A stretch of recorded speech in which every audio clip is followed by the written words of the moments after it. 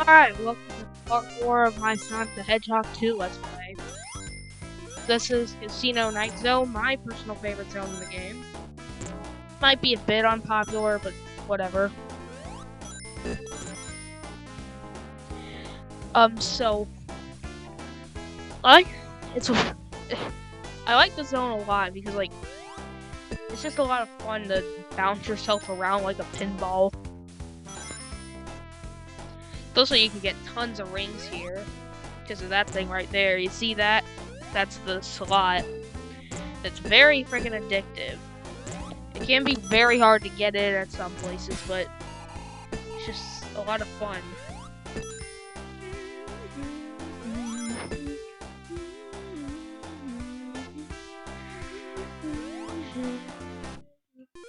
The aesthetic here, it's just, I love it.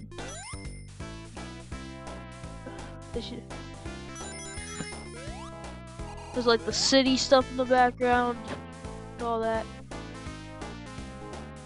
Gives it a nice casino-y feel. Like, Spring Yard Zone from the last game, yeah, it was a casino, but to me it was more like a sort of dystopian casino. Here, yeah, it's legitimately a casino. So, it literally says casino all over the place. Like I said, it's very easy to get rings here. And on top of that, lives.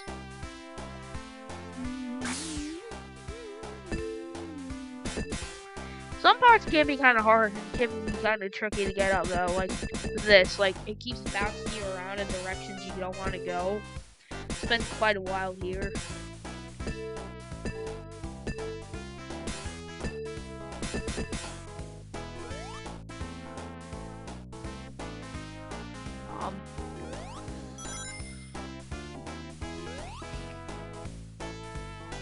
I'm trying to get the thing with like the obscure Sonic 2 sprite to happen right here.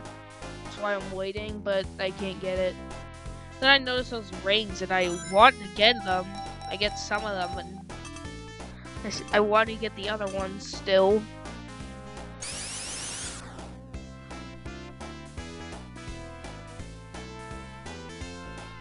But then I go in here because I know there's an extra life. Okay, so I'm gonna stop narrating every single thing I do.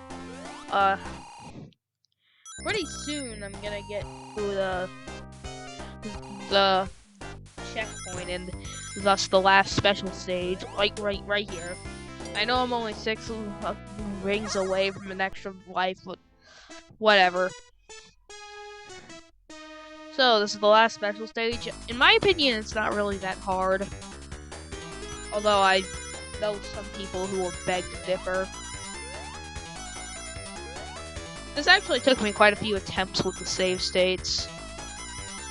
Oh, and this is actually my second time recording the audio here, because the last time this freaking thing just stopped because my disk space was full, so I had to empty some stuff out.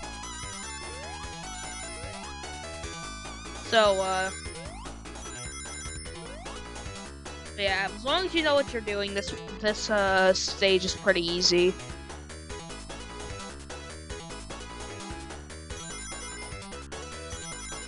Just got the same pattern. You need to go like left, and then you need to go right, then left, then right, then left, then right, then left. Then you go left, and then left again, and then left again. And I missed like 90% of these, which is gonna bite me in the A later. And this is the last phase, and what the heck is this?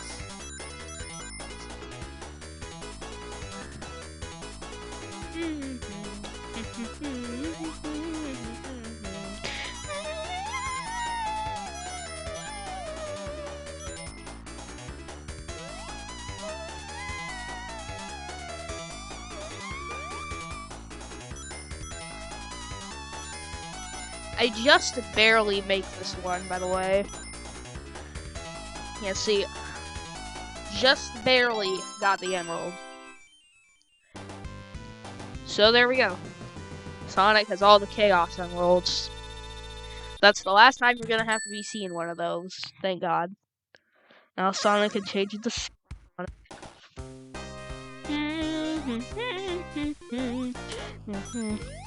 You get to see that for a bit in this act. And also, this is where I'll demonstrate what the whole slot thingy does. Basically, it'll give you different combinations, and different combinations will give you different amounts of rings. It's very freaking addictive. Especially great when you get a jackpot, which basically, yeah, like right there. There's an extra life. I'm gonna get another one too. Getting extra lives is so freaking easy in this game. Oh, I almost got a jackpot Robotnik.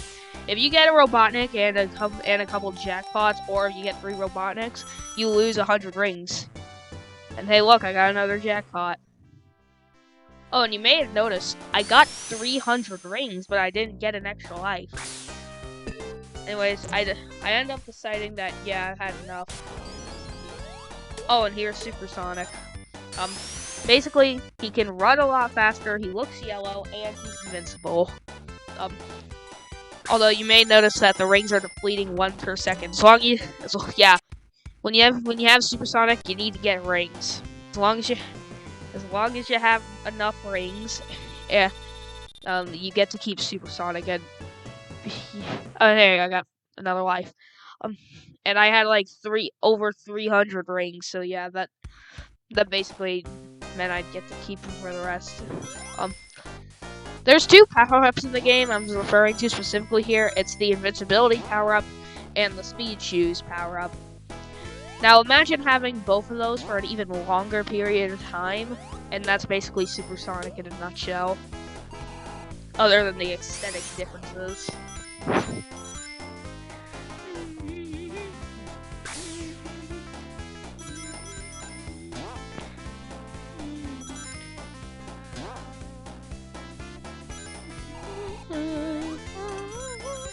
Really like the sped up version of the Casino Night song as well.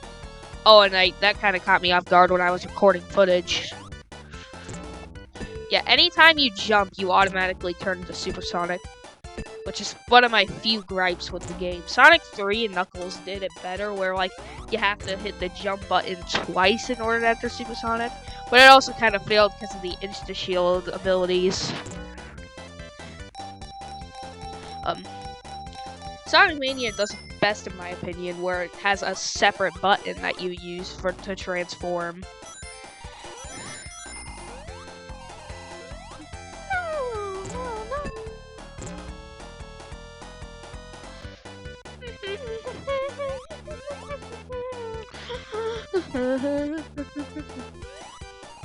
The only thing I don't like about Supersonic is that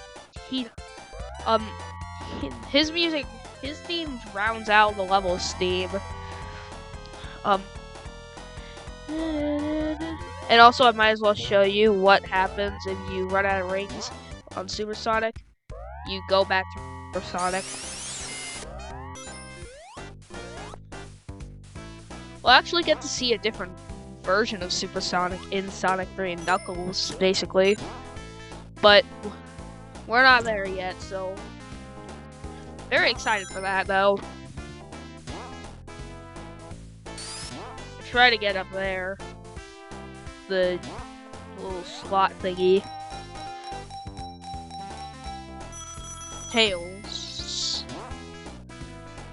I don't know why I'm saying that. I'm saying the name of what I got like you're a freaking 3rd grader who doesn't know how to use the eyes. Alright, so okay, so I like this better than I definitely like it better than Sonic 1 though, where the reward was just some flowers in the end. Here you actually get a reward for Supersonic.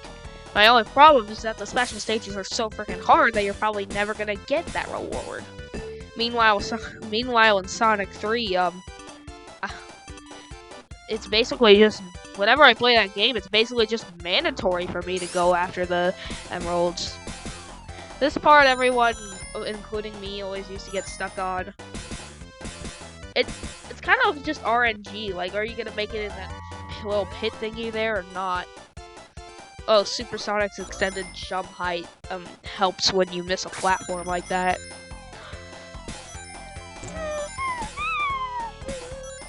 This game's soundtrack is great. Like, I don't think there's a single bad piece in the whole soundtrack. Oh, and hey, look, the boss. The boss can be pretty hard when you're regular Sonic. I blitz through him as Supersonic. What you have to do is you have to, like... Okay, well, there's not really one strategy, but the strategy I always use is wait for him to...